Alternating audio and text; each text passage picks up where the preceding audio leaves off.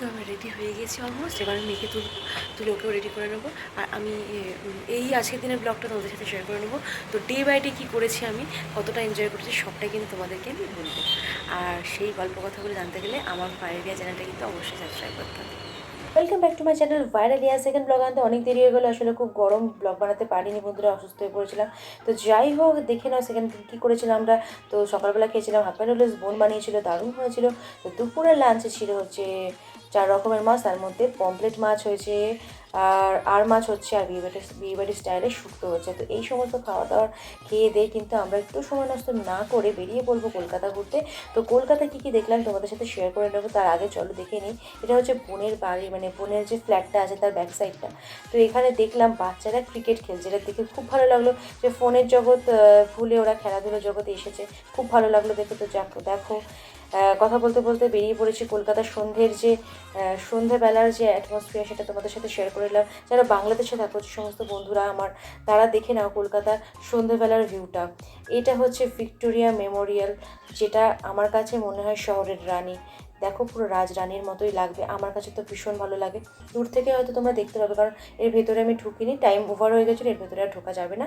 তো কোনো সময় যদি আমি ভিক্টোরিয়া মেমোরিয়ালের ভেতরে ঢুকি, তার ভিডিও তোমাদেরকে আমি দিয়ে দেবো, কথা দিলাম। তো যাই হোক, কথা বলতে বলতে চলে যাচ্ছি রাস্তা দিয়ে। সেই রাস্তাতে যাওয়ার পথে কিন্তু দেখতে পেলাম আইটিসি রয়্যাল বেঙ্গল এস। কেন হাসলাম জানো? কারণ ওটা আমার কাছে স্বপ্ন, ওর ভেতরে যাওয়াটা সত্যি আমার কাছে স্বপ্ন।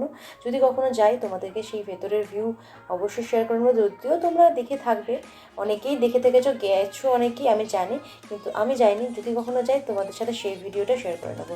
তো আর এদিকে রয়েছে কী বলো তো, এটা অ্যাটমসফিয়ার। কলকাতার অ্যাটমসফিয়ার কিন্তু ভীষণ বিখ্যাত।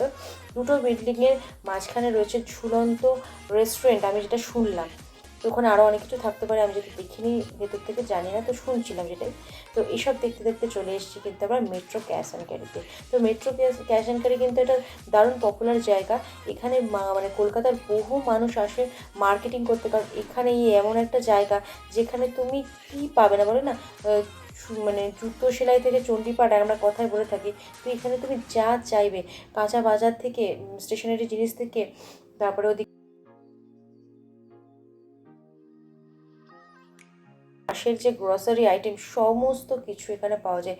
জামা কাপড় থেকে শুরু করে সব। তো এখানে কিন্তু মিনিমাম 1000 টাকার কেনাকাটা করতে হয়। তা আমরা এত দিকে চারিদিক ঘুরতে ঘুরতে যাচ্ছিলাম, কিন্তু যার মধ্যে নীল আর বনিদাদাকেই খুঁজে পাচ্ছিলাম না। তো যাই হোক, বাবা মার বোনকে নিয়ে, আমার মেয়েকে নিয়ে আমি বনিদাদা আর নীলকে খুঁজছিলাম, খুঁজে পেয়েও গেছি। খুঁজে পাওয়ার পর আমরা চলে গেছি বাড়িতে গিয়ে বললাম, বোন চল ছাদে দেখেছো তো তোমাদের কি সুন্দর, তোমাদের কিন্তু আগের ভিডিওতে তোমরা দেখেছো যে এগুলো রয়েছে, দোলনা রয়েছে, স্লিপ ছিল না, সরি, এটা ঠিকই রয়েছে।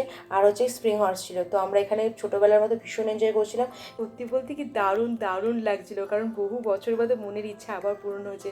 কারণ এরকম মানে এই বয়সে এসে ঢেকিতে চাপা সুবর্ণ সুযোগ কে হাতছাড়া করে বলো? দোলনা চাপা, ঢেকিতে চাপা, দারুণ এনজয় করেছি।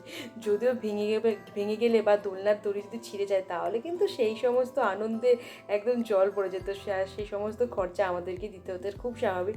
তো যাই হোক, আমাদের এনজয় করতে করতে ব্লগের শেষে চলে এসেছি একদম। তো এই মিনি ব্লগটা তোমাদের কেমন লাগলো তোমরা কিন্তু অবশ্যই আমাকে জানিও। লাইক, কমেন্ট, সাবস্ক্রাইব করতে ভুলো না। সাথে দেখা হবে নেক্সট ব্লগে।